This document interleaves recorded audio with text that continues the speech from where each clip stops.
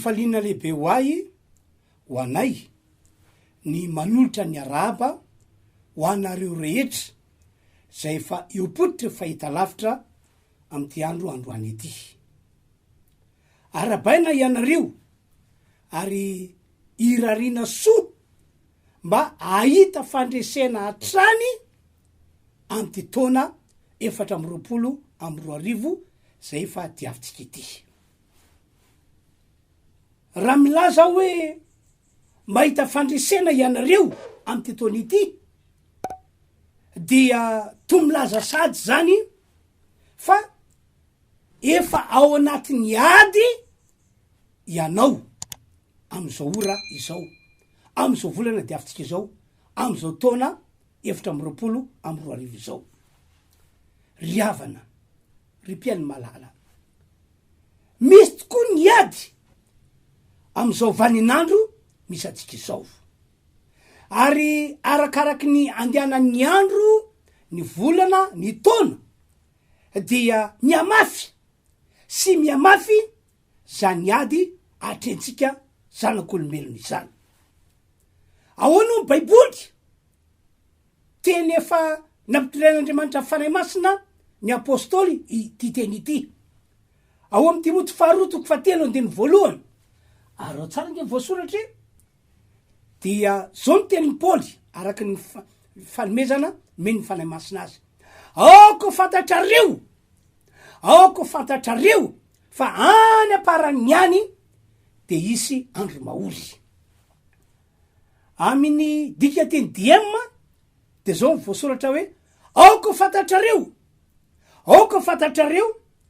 fa amin'ny andro farany de isy fahasarotana. Fahasarotana. Zany no zava-misy eto ambony tany ity am'izao vaninandro misy atsika izao. Tsy mifidy io fa na iza olombelona velona eto ambony tany ity dia samy atsapa fa misy tokoa ny ady atrena eto ambony tany ity. Ary samy atsapa ihany koa ny olona fa mampahory le izy ary mitondra fahaseranana tokoa. Tsy fidy ihany koa fa na milafininina dia ahita ady foana ny olombelona rehetra. Na izy io na izy. Fa isorana nefa ny tompandriamanitra tsy to. Lay Andriamanitra nahary an'izao rehetra izao. Lay Andriamanitra nampisantsika zanak'olombelona. Isorana ny Andriamanitra tsy to. Fa reo zay azy, zany hoe efa tena hoe an'Andriamanitra, de tsy maintsy ho avan'Andriamanitra izy am'izao vaninandro zao. Ary ataon'Andriamanitra mpandresy. Zany hoe ny olona rehetra zany de atsapan'ilay fahoriana, atsapan'ilay fahasarotana, ary hoen'ny fiainany mihitsy hoe tena mafy ty ady atrena ity. Samy atsapa zany daholo ny olona rehetra. Fa reo olona zay fa an'Andriamanitra kosa hoy reo olona zay fa an'Andriamanitra dia ho avan'Andriamanitra, ary Andriamanitra mihitsy no ampandresy azy. Hoy ny faminaniana nampitondrain'Andriamanitra ny Isaia mpaminany, ary nambarany mialoha i faminaniana mba hatonga atsika taranaka teoriana. Ino sy anaiky fa misy fahoriana, misy fahasarotana zay mahatonga ady, fa saingy lay Andriamanitsika dia tsy amelantsika ho rery, tsy amelan'ny olona hiady rery, fa tsy maintsy ampandresy azy. Zao le faminaniana Isaia 1:7-10 katramin'ny 1:7. Arao tsara ke voasoratra io e. Hoy Andriamanitra, aza matahotra ianao fa momba anao aho. Aza matahotra le fahoriana, aza matahotra le fahasarotana misy am'izao vaninandro zao, fa mampanantena anao aho, hoy Andriamanitra, fa momba anao aho. Zany hoe tsy avelako rery anao fa momba anao aho. De toy izantsika le teny. Ary zay mierikerika foana fa zao no Andriamanitra ao. Zany hoe asa merikerika hoe tato famonjenatsy a hitato famonjenaroa aho fa aoka hitodika ty amiko anareo hoy Andriamanitra fa izao no amonjanao i Andriamanitra toizatsika le teny areo tsara io a mampaheranao aho sady mamonjanao eny mitatananao amy tanakavanany famarinako aho zany hoe ianao sa tena tsorery mihitsy le olona efa an'Andriamanitra fa Andriamanitra mitantana azy amy tanakavanany famarinana andimy faraika amby folo indro mendrasaingay ay zay reretezitra aminao ho tsinitsinina izy eny ho levina zay miady aminao ho tediavinao zay mifanditra aminao fa tsy hitanao ary ho taka ny tsinitsinina sy zavapoana zay miady aminao andimy fatelo amby folo fa izao Jehovah Andriamanitra ao no mitantana tananao ankavanana de le manao aminao hoe aza matahotra izao no amonjanao tsara be zay faminany izay mila mino an'izay faminany izay tsika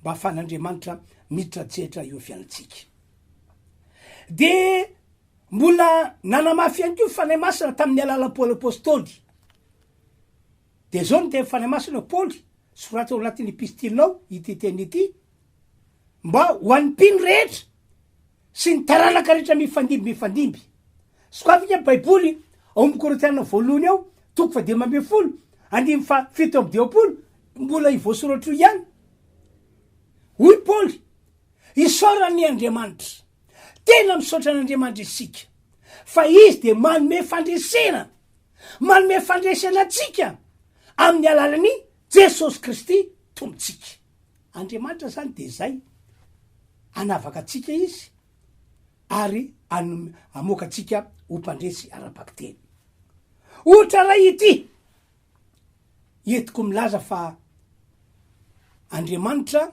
de manavaka reo zay azy ary mamoaka reo zay azy mba ho mpandresy ara-paky teny ao mipatsaka faharoa ao zao toko fa sivy amby folo de andiny voalokatra amin'ny andiny fatelo dia misy tantara tahako zao mpanjaka faharoa toko fa sivy amby folo andininy voalokatra amin'ny andiny fatelo avy hatrany de vakina ary nandre zany Ezeka mpanjaka de nandritra fitafina izy sady tafilamba fisaonana ka lasa niditra tao an-tranon'i Jehova ary izy naniraka ny Alakima lehibe ny tao an-tapa sy Sebina mpaloratra ary ny lohampisorona samy tafilamba fisaonana akany amin'ny Isaia mpaminany zanaky Amoza ary reo taminy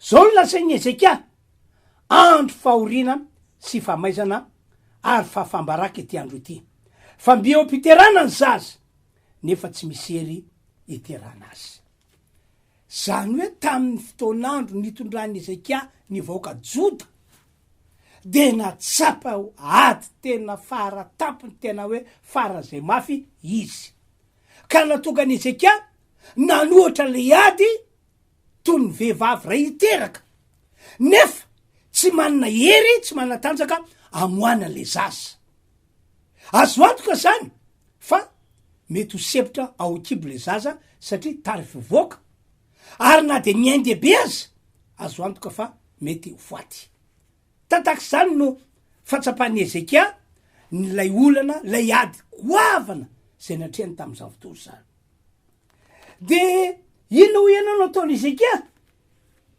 lasa izy nandeha nakao an-tranon'Andriamanitra nitondra le taratasy misy fandrahonana de nameratry zany tao an-tranon'Andriamanitra de nivavaka tamin'Andriamanitra nitarana tamin'Andriamanitra de nazavatra antranga ho ianao nandalo ady Ezeka mafy tamin'ny Ezeka le ady fa nasen'Andriamanitra hoe tsy rery anao ry Ezeka oloky anao ry Ezeka momba anao ary Ezeka mitantana anao tanakavana famarinako ary Ezeka ny olonafa raha mandalo ady de tsy fantany hoe andresy sa tsy andresy fa ianao raha mandalo ady ry Ezeka de fa tokony anna finoana ianao fa tsy maintsy mandresy de ho ny baiboly hoe namoaka an'ny Ezeka sy ny vahoaka Joda tamin'ny fandresena mezin'Andriamanitra zavatra tsy noetrerety ny Ezeka mihitsy ny fomba nentin'Andriamanitra nampandresy azy tamin'izany fotoana zany satria voalaza amin'ny mpanjaka faharoa toko fa sivy amby folo andiny faharoa amby telopolo ka hatramin'ny andiny fahafito amby telopolo tsy vakiko aminareo hoe tantara fa hitanao ny soratra io fa naniraka anjely Andriamanitra tamin'ny alina anankiray ary iny anjely iny nitety ny tompony misy andreo fahavalony Ezekia sy voaka Joda ary de namonina faty ny miaramila rehetrarehetra tao ka rehefa hitany lehibe ny fahavalo fa maty ny miaramilana de nandeha no tany atokantrano izy ary voasoratra io de nakao amin'ny tranon'Andriamanina izy de rehefa tonga tao tonga indray le zanany roa lahy namonina faty azy tao an-tranon'ny Andriamanina. Tena loza ke nahazo amin'ny fahavalony Ezekia tamin'izao fotoana zany zany no tian'Andriamanitra ho aseho hatramin'ny taloha ka hatramin'ny zao vaninandro zao ary mandra-pandaontsika zanak'olombelona eto ambony tany ity zany no tiany aseho am'ireo zay efa azy na am'ireo zay olon'Andriamanitra. Mahafinaritra be nge riavana ny miaraka amin'io Andriamanitra io e. Tsaroky ihany ko zao ao marika toko fa efatrao 5:telopolo ka hatramin'ny 5:20. Tsy ovakena angamba le teny fa isoratana io le izy fa fitiniko aminareo tantara fa nandeha lakana Jesosy niaraka tamin'ireo mpianatra zany hoe nandeha lakana mpianatra de maromaro koko de Jesosy niaraka tamin'ny tao de tena mpandianany tsy nampozina tonga ny cyclone tafiotra mahery vaiky namela n'lay lakana no tengenandreo mpianatra de efa tsy nanana teny ho velantsony ny mpianatra tamin'izao fotoana zany nefa Jesosy anaty lakana ny tiako ambara de hoe na de efa olon'Andriamanitra ary isika na de efa manompo an'Andriamanitra ary isika de mitovy amin'ny olona rehetra hoe mandalo le fahoriana mandalo le fahasarotana ary mitondra ady ho atsika le izy fa saikana mpiavaka de zao no Jesosy tao anaty lakana de avotra reto mpianatra vovonjy reto mpianatra satria ho ny baiboly araky io soratra io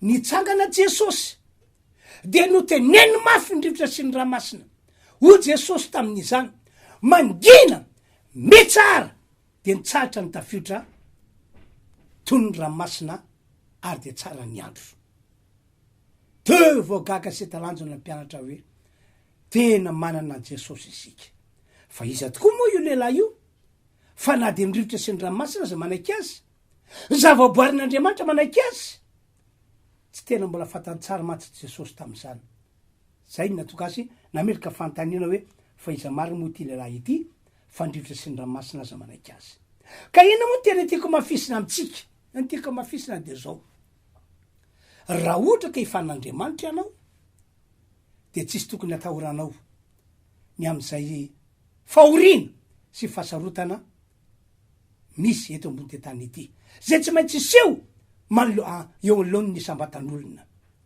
fa isika zay fa azy an'Andriamanitra zany isika zay fa voasoratra fa olon'Andriamanitra Andriamanitra miado antsika Andriamanitra miado antsika ary amoaka tsy maintsy amoaka atsika ho mpandresy izy ho avany mihitsy ny olona tsy raha avy eto ambony tany hoe ty azy fa ity tsy azy.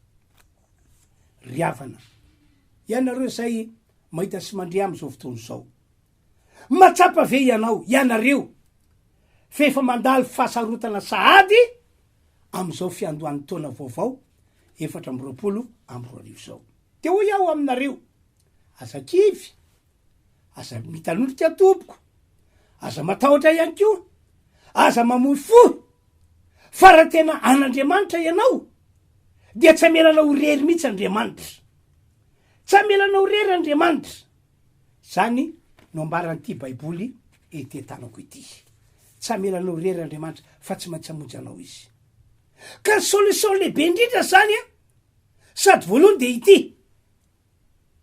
de noho ny fiainanao fantarany fiainanao mila miverina amin'Andriamanitra ianao zay ny solution lehibe indrindra sady voalohany mila miverina amin'Andriamanitra ianao ekeo Jesosy Kristy ekeo ny famonjena nataony ho atsika zanak'olombelona tombony azy fijaliana ary raiso Jesosy hiditra ao anatinao tsy misy solution tsara na hoe tsy misy vahaolana hafa sy tsara akoatran'izay nambarako zay eto ambony te tany ity raha te ahita fandresena ianao malona zao fahoriana sy zao fahasarotana sy zao ady atretsika zanak'olombelona zao. Mety iakavy ianao, iakavana ianao satria manatsaina, mahay mandinika, mahay mikarokaroka, fa tsy azo antoka ivoaka ho mpandresy anao. Aoka fatatsika fa ny fahoriana misy ankehitriny na ny fahasarotana atsy sy aroa dia ny devoly no ambadiky zany. Ny devoly no ambadiky zany. Ary eto de milaza amitsika fa tsy misy olombelona matotra devoly na hoe mahavoava ny olana entiny devoly. Tsy misy olombelona matotra devoly na mahavoava ny olana entiny devoly. Tsy misy. Manana hery sy fahefana ambony lavitra no zay ananatsika zanak'olombelona ny devoly.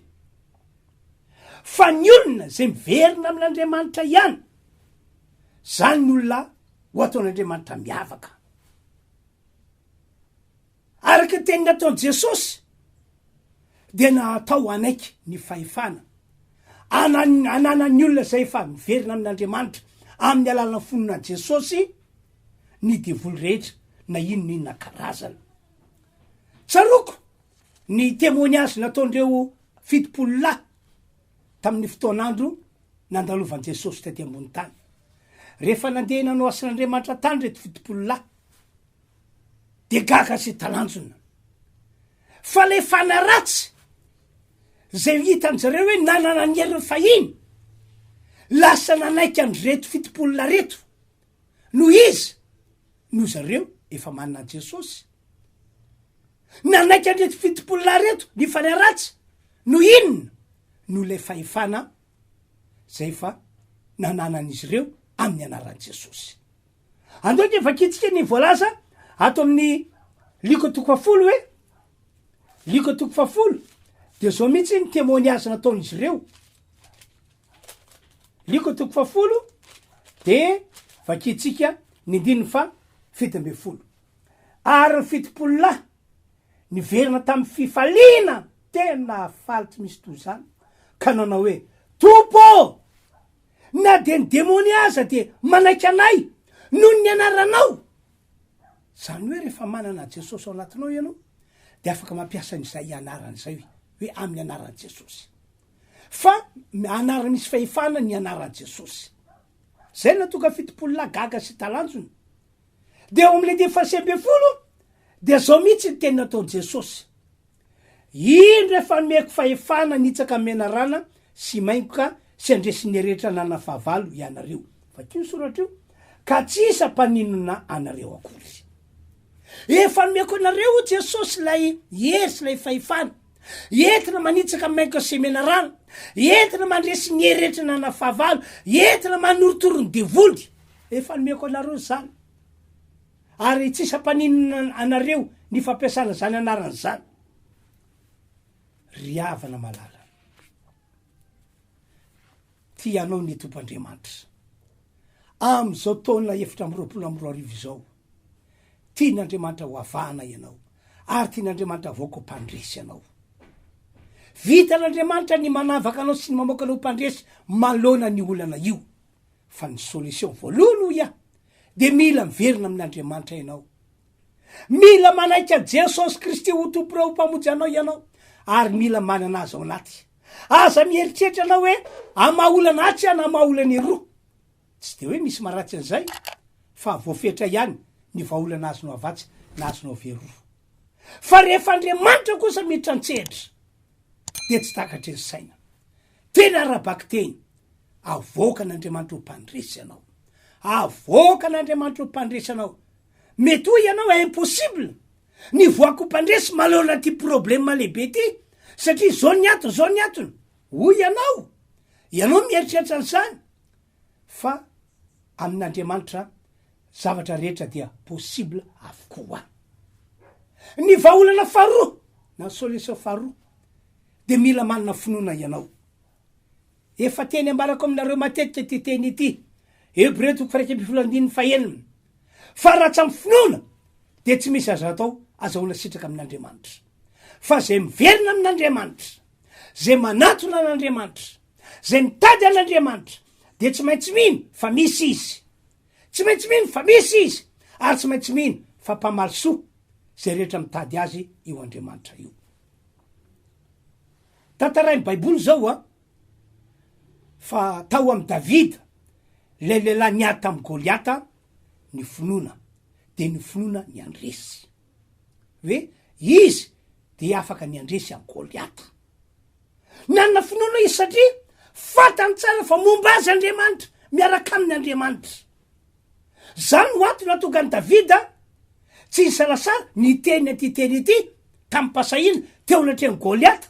Antoka jerentsika amin'ny Samoela voalohany toko fa 7:20 hoe Samoela voalohany toko fa 7:20 de zao mihitsy tenin'ny Davida tamy Goliata, ary tsara inge voasoratra fa ho kosa Davida tamin'ny le Filistina, ianao manatonay amy sabatra sy ny lefina ary lefipoy.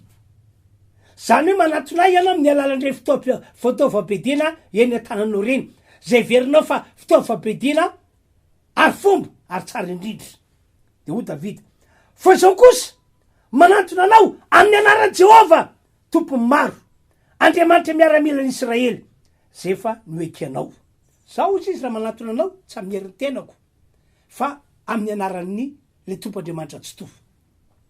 Fantatry fa miaraka amiko izy, fantatry fa momba izy, ary zany anarana zany no ampiasaiko iady aminao. De zao mitoa an'le teny 10:20, anio no aloran'i Jehova anao amy tanako, ary amonjy anao ary amelanao aho ka anapaka lohanao, de omeko voromanidina sy mibibidiny fatiny miaramila ny Filistina. Anio mbo fatitry ny tany rehetra fa manana Andriamanitra tokoa ny Israely, ary fantatry zao fiangonana rehetra zao fa tsy sabatra sy lefina no amjeny Jehova, fa Jehova niady ary anolotra anareo hoe ho atanana izy.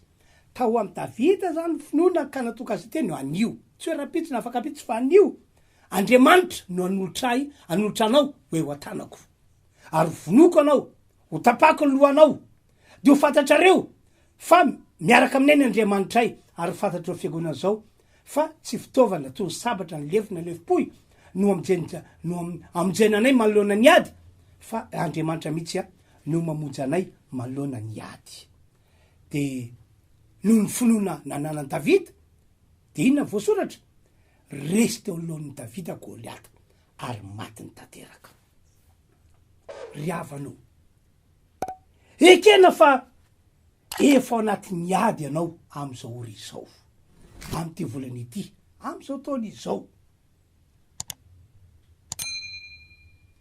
Nandalo ady toy ny olona rehetra ianao, fa saingy zao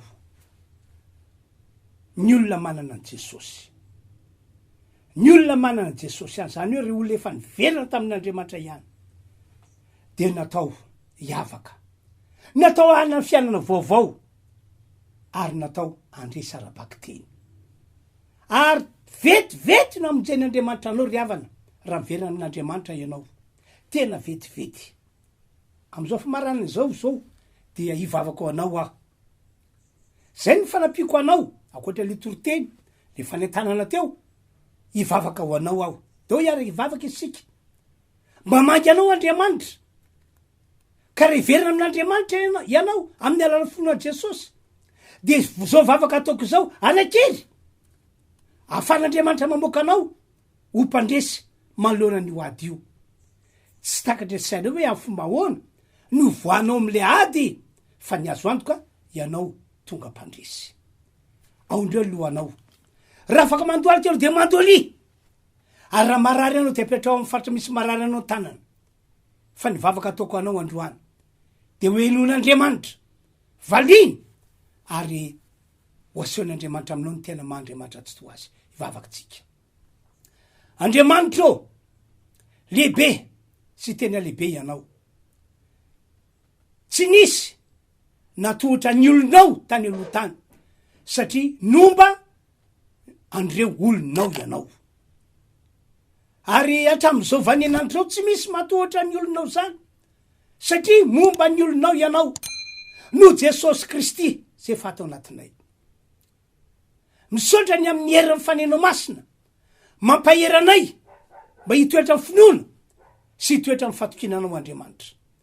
Fa zay manam-pinoana tokoa de hoavahanao ary ho ataonao mpandresy. Vao mindony taona de fa mandalo ady ny sasany am'ireo olondreo. Fa am'izao fiandohan'ny ady zao mihitsy no avoaka n'Andriamanitra mpandresy izy. Ho avoaka n'Andriamanitra mpandresy izy. Amin'ny fomba magaga tsy sakatresainy hovan'Andriamanitra ny olana. Ho esorin'Andriamanitra amin'ny herin'ny aretina. Misaotra Andriamanitra ny amin'ny famonjena lehibe ataonao sady am'izao ory izao. Am'izao ory izao. Am'izao androandroany zao. Misaotra raha io. Omenanao dera sy ny ajary ny voninahitra. Ary ny marary rehetra kosa sitraniko amin'ny anaran'i Jesosy. Na inona retina, fanentelana, sitrana amin'ny anaran'i Jesosy. Miala avokoa ireo fangirifirina, any amin'ny loha, any amin'ny tova, any amin'ny vatantenany rehetra. Sitrana ny aretina kansera. Esorina amin'ny anaran'i Jesosy zany. Miala ny aretina tumeur. Miala amin'ny anaran'i Jesosy zany. Manao fagagan'Andriamanitra. Zany no fandresena lehibe omen'Andriamanitra ny olona marary ka tapa-kevitra hiverina amin'Andriamanitra amin'ny androandroany ity. Misaotra ray malala amin'ny anaran'i Jesosy. Amen. Zay zany tompoko ny afatra netinay ho anareo tamin'ity androandroany ity. Minsy matoky aho fa vatsy lehibe ho anao. Entinao mijoro ohatra amin'ny farany miaraka fandresena zany afatra netiko anareo zany. Fa ny afatra anankiray farany kosa de ity. Asaina ianareo mpanaraka zao fandarana mateve zao. Asaina ianareo. Fa manina moa no asaina? Asaina ho aiza? Tongava tompoko. Am'izao fiandohan'ny taona izao zanka tanandro. Am'izao fiandohan'ny taona izao tongava mamonjy ny fotoam-pivavahana. Zay ataonay fiangonana RHEFI Androndrakely. Ny toerana eo Androndrakely. Tsy lavitra akady mahoaka. Tongava ianareo. Fa tena asoa ny fananareo fatogavanao. Asoa ny fiainanareo fatogavanao. Ary raha ohatra ka efa natsapa izay fa namoaka anareo mpandresy Andriamanitra nanoloana fahasarotana sy ny fahoriana rehetra de afaka moka anareo mpandresy any koa Andriamanitra raha tonga ao ianareo. Ny fatogavanareo ao mantsy de ampitombo finoanareo. Ampatanjaka finoanareo ka rehefa mitombo finoana, matanjaka finoana azo antoka fandresy anareo. Ka de asaina anareo tompoko. 5 minitra izay araka voasoratra io ka zay mety aminao no vonjenao tompoko. Asa mangatakandro am'izao fiandohan'ny taona izao de fa tongava ianareo. Zay zany tompoko ny afatra netiny ho antsika rehetra ka de mirary fahasoavana fandresena mezinesina ho antsika rehetra samy tain'Andriamanitra tompoko.